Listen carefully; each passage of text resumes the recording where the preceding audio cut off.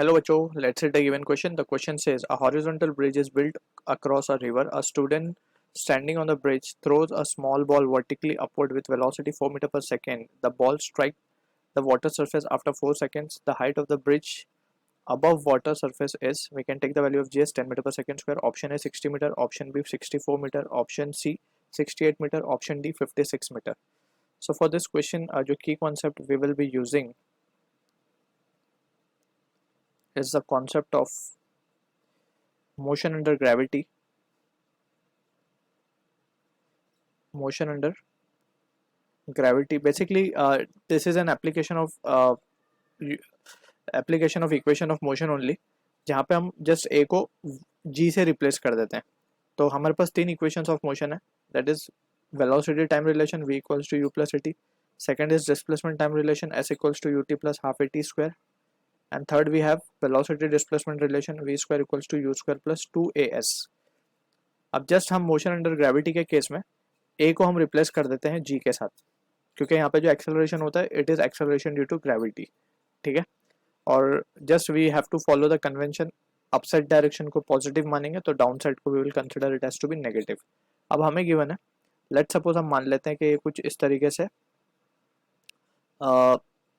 मान लेते हैं कि कुछ ये ब्रिज कंस्ट्रक्टेड है बीच में और यहाँ पे है वाटर. ठीक है, यहाँ पे कोई स्टूडेंट खड़ा है and he throws up a ball, a stone बोला गया है. ठीक है, a ball with velocity 4 metre per second. तो अब ये हाइट हमने पूछी गई है कि ये हाइट कितनी होगी.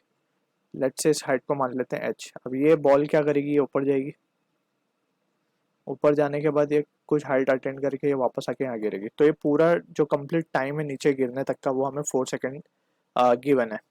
ठीक है, अब हमें क्या निकालना है, हाइट ऑफ द ब्रिज, यानी कि हमें h निकालना है.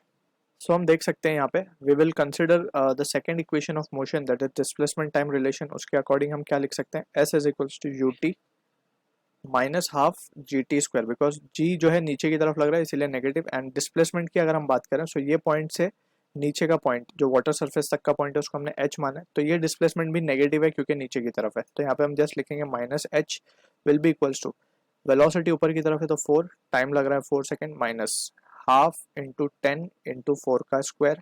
सो यहाँ पे ये रिजल्ट आ जाएगा हमारे पास, minus h will be equals to minus just it will be 16 minus of 5 into 16 will be 80. तो 80 minus 16 will be 64 metre. So h की वैल्यू आ गई हमारे पास 64 metre. So this is the answer for the question जो कि match होगा B के साथ. So I hope you understood the solution. All the best.